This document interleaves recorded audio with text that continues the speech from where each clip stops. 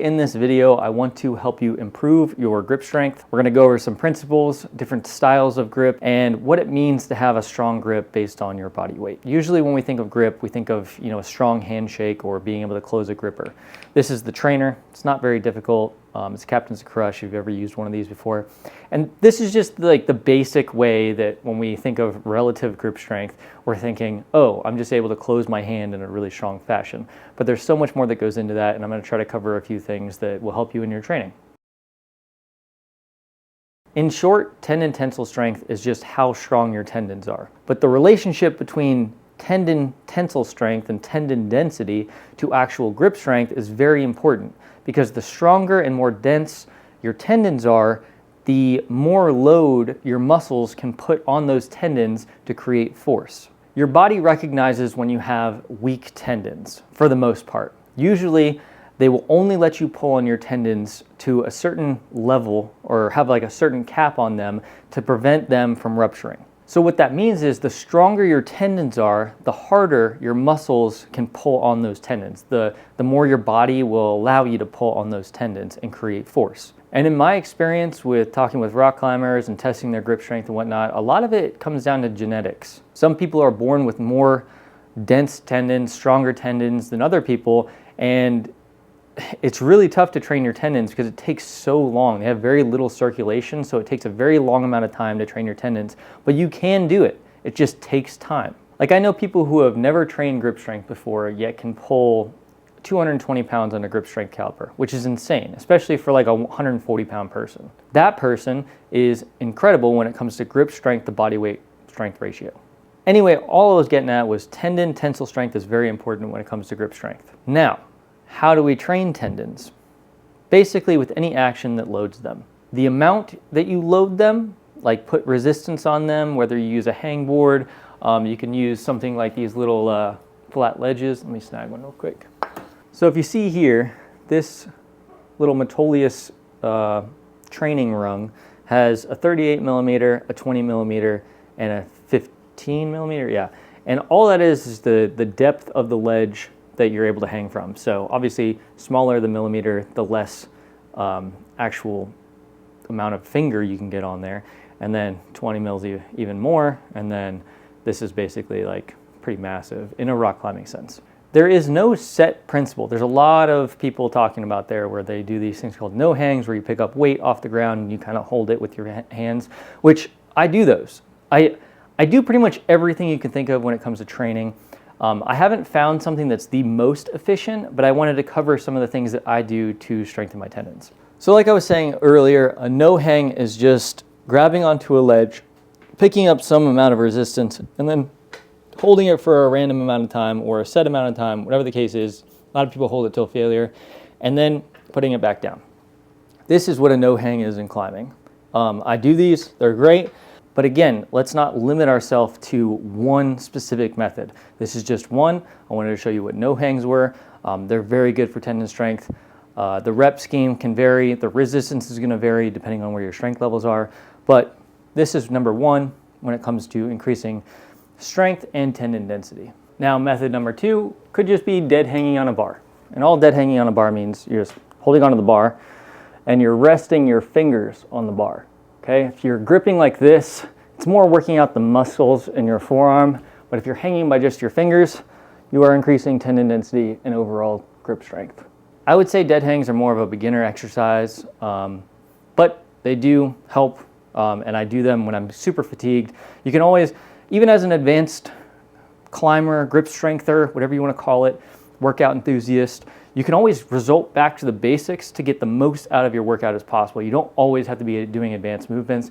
You can do the advanced movements in the beginning, which is what I do, and then towards the end, just do the most basic movements possible, such as a dead hang. Again, there is no perfect way to train grip strength. It's just doing various stuff. So I even built this little no hang hangboard thing that has springs on it and it slides, just to make it the most accessible thing I can do. Like, this is quite a bit of resistance because I'm pulling on those springs, and I have a little cutout ledge here that I'm just pulling on. It's very comfortable on the fingers, and that's another thing I want to talk about is the comfortability, if that's a word, in order to get the most out of your workout. So this is just a spring-loaded hangboard that I built.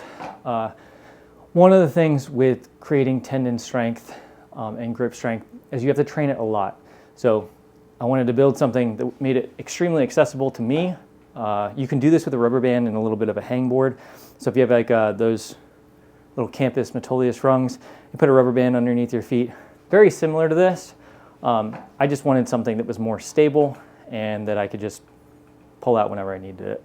All right, so we've talked about tendon density, a couple of ways to train how to do it.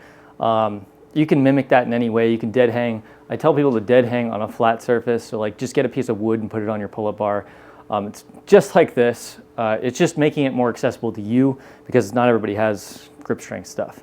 So training your finger tendons, very important. Now that we've stressed the tendon density of just loading constantly, putting pressure on your tendons to get them to adapt and become stronger over a long period of time because they take a long time to train, the muscles that pull on them also have to be trained. So like I was talking about before, when I pull this down, my muscles are actually contracting to pull on those tendons to bring these things together. And that is also part of the strength. It's not just tendons, but I wanted to cover tendons first because they're extremely important. And if you lack in tendon strength, you'll kind of hit a plateau of how strong you can actually get. Now, just like with training tendon density, multiple different variations, multiple different ways to approach the same thing. Is there one that's ideal? No, I would just say the most ideal one would be the one that works the best for you and what you see improvement with, and you won't know it until you do it. For grip strength and muscle building, like building up your forearms, you want to do any direction that the forearm can move, any action the hand can do. That is what you want to be training, and there's so many of them. There's pinching, which is the hand closed strength like this using your thumb. There's crimping and climbing, where you bring your hand up like this and you're stacking your fingers on top so you can get a good lock in and climb to the next hold. There's also movements of your wrist that are important, like radial deviation, which is moving your thumb upwards, and then moving your pinky away would be ulnar deviation. There's flexion, extension. It all goes into the actions of how your body moves. Anytime you're moving, you're pulling on a muscle. You're using a muscle to engage that movement. And the best way to train any of that stuff is just adding resistance in those movements. So I do think that adding a band into your routine, especially for some of the crazy movements like ulnar deviation, this might be a little too extreme for that. I would just grab onto a band, or I would grab onto a hammer and I'd lift the hammer backwards so the head of the hammer is behind me, and I'd lift it up like this. Same thing or reverse would be radial deviation, lift the hammer like this. You can do it with a band. Band, you can kind of do almost everything. So ulnar deviation, switch it around, radial. There's also supination and pronation. So pronation is the action of going like this with my hand, right? So I'm pulling this part of the rubber band up and around, and this is going to activate the lower forearm. Supination, opposite. So pulling the band up and twisting upwards is supination, and that's working out the muscles that have my hand go upwards. I think the coolest part about grip strength is if you've ever browsed social media and seen some of the arm wrestlers, rock climbers, strength enthusiasts posting videos on how to improve grip strength, there's just a plethora of knowledge out there. And the coolest part is you can make it up. You can just do what works for you. That is what I would recommend to improve grip strength. You can use these examples such as the rubber band, getting some of those grip crushers, picking up blocks of wood that are heavy. It's just a matter of doing it consistently. That is the most important thing for developing grip strength and tendons over time, is repetition, repetition, consistency, doing it over and over a little bit every day. You don't want to overload your tendons right off the bat, especially if you're kind of getting into working out. And if you're more advanced, you want to get a good warm-up in, get as much circulation as possible into the muscles, because even rock climbers, high advanced level rock climbers will get injured. They'll have a tendon pop because they're overloading it. It's about training for your sport. So if you're trying to deadlift 800 pounds, you want to be training on a bar. But doing all of these accessory muscles like the pronation, supination, ulnar deviation, that sort of stuff, all of that is going to amplify the amount of strength you have in your forearms. Hopefully you have a better understanding of where to apply your time and effort, and understanding that the process takes a long time to improve your grip strength. If you want long-term quality results, you're gonna have to spend a lot of time doing it.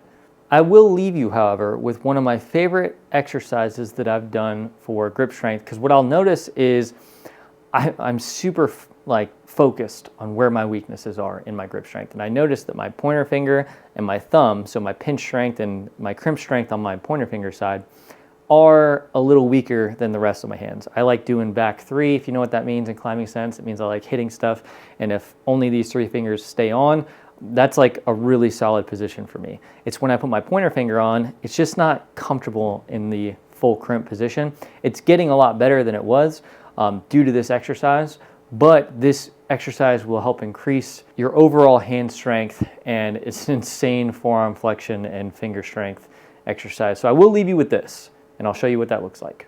Remember, if there's a way to do this without having this same setup, do it that way. Do what works for you. That's where you're gonna get the most results. You don't need to buy any of this equipment. You can lift gallons of water or whatever you have. Like, just manipulate the positions you need to strength train and do that consistently. And you wanna be able to see progress, so that's why using resistances with a marking of 25 pounds is awesome, because I know in 6 months if I'm using a 45-pound weight, then something has improved because I'm able to do a lot more weight. But I have a 25-pound calibrated plate here. This is what works for me, and this is the reason I like this exercise so much. A calibrated plate is just a plate that's a lot thinner than a usual bumper plate, and it's just a compact size, and it works perfectly for this grip strength exercise. And so what I do is I put my forearms supported on a platform, so I have a dip bar here, and I'm supporting my forearms on this in a supinated position. So my thumb is being activated and a lot of pressure is on my pointer finger. And so I'm grabbing on the lip with my thumbs, and I am letting the weight come down and back up. And I'm going to the point where if I go too high here, I lose resistance. So I want to stay at a good angle where I can really feel the engagement in my wrist flexors as well as my thumb and my pointer finger. And I will just rep this out. It's super simple, and it's something that I'm not like doing a specific workout for. I will just do this a few times out of the day. And the effects of it, I can already feel the weak spots in my hands getting better. Because I've noticed if I still do this sometimes, I'll dedicate a full workout to forearm and grip strength. But I've noticed though, if I can squeak workouts in throughout the day, like doing just random exercises, I feel a lot more benefit coming from that and the consistent effort than I do just dedicating like once a week to a grip strength workout. Especially too, I'm able to actually climb if I do consistent small workouts over time rather than one large workout where I have to recover for a few days. I can't do anything really, especially if I've tired out my hands because I use them for everything for the next few days. And so doing this is perfect for my routine. And again, that's the point I'm trying to stress. Do what works for you, and as long as you're consistent with it and you focus on the things we just talked about, the tendon density, the tendon strength, and then those movements and the actions of the hand, your hands will become insanely strong. You'll be able to do more pull-ups, you'll be able to rock climb, do obstacle course races, you'll be able to lift more weight because you'll be able to hold on to it. There's just so many benefits to having strong hands, and hopefully this video helps you identify some ways that you can focus on and improve your grip strength.